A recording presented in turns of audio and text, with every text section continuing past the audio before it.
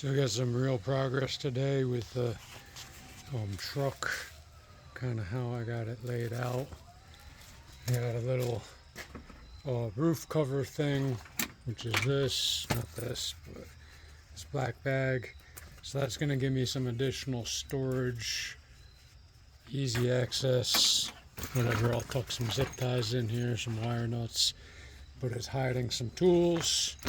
Well, maybe I'll use that for parts, I don't know, because that's kind of the standard spot for parts, but I got all of my tools there. I got a collapsible pressure washer, goes up to like 95 psi, the wide angle spray, a couple of the covers to do the ductless cleanings. I got some bigger tools in there, that's Pro Press stashed in there.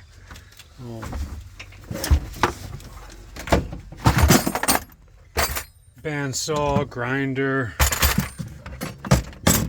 Pro Press batteries and charger, and some jaws down there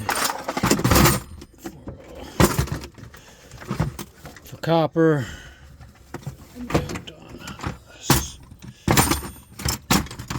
Anyway, I'll worry about that later. That goes on the bottom, actually. Top tray. I got my winch stashed down there. I got a solar generator, and I'm gonna put 200 watts of solar panel on the roof and run a generator down here. Have power so I can basically do paperwork and office work and even kick back and watch a movie. And I don't have it today, but I'm gonna have like a big sign that I can drape off the side of the truck, like hang it off the ladder and all the way to the ground. So it'll be like a 8-foot tall sign, just advertising 30% off. And then I hacked up my rack. So I got a super tall rack, and it did fit in here, but the MC portion would have been inaccessible, and the nitrogen wasn't for a larger tank, and if I had set it and tried to have my nitrogen here, I would have had to set my tank way back. So I did kind of a different design. It's not completely inaccessible, so I can squeeze in here and grab parts, but obviously I'm not climbing in the side door anymore. Regardless, I needed a place to put my nitrogen, and this is just how it worked out. I can store my primary service bag right underneath. Fits nice and tight. I might do my burn bag there and just hook it up so it doesn't slide around, whatever. Just a little wrap around, keep things tight. My acetylene back there. And right now I just have R22. Obviously I'll eventually have a bunch more. Well, I have 134 in here too, but just the little cans. And that's on my rocket, just little cans of 134, a big can of 404, a big can of 22. And worst comes to worst, I'll stash additional refrigerant cans back there, or just leave it floating in the back of the truck. So ultimately, the objective is to have everything I need for day-to-day service work, diagnostics, maintenance, repairs for oil, gas, and heat pumps, while simultaneously maintaining enough room to load at least a water heater, a condenser, or an air handler.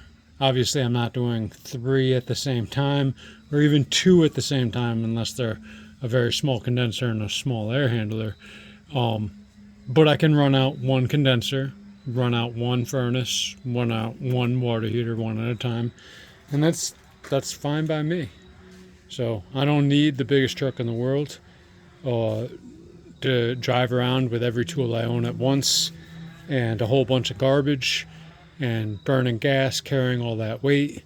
And this is about as optimized as I could get. I am probably going to do some mesh netting on top. And in here, I already have the mesh netting. So I got some stuff so I can cover all my windows. That's stashed up here. I'll have enough room for a laptop. And then I got a million little zipper pockets so I can tuck whatever I want. You know, this will be basically my office. And my reclaimer, my vacuum pump tucked up here. Battery jumper. And I'm thinking for my power station, I'll take that dead spot right between, that's my combustion analyzer back there, and my collapsible ladder. And I'll have enough room for my solar generator right there.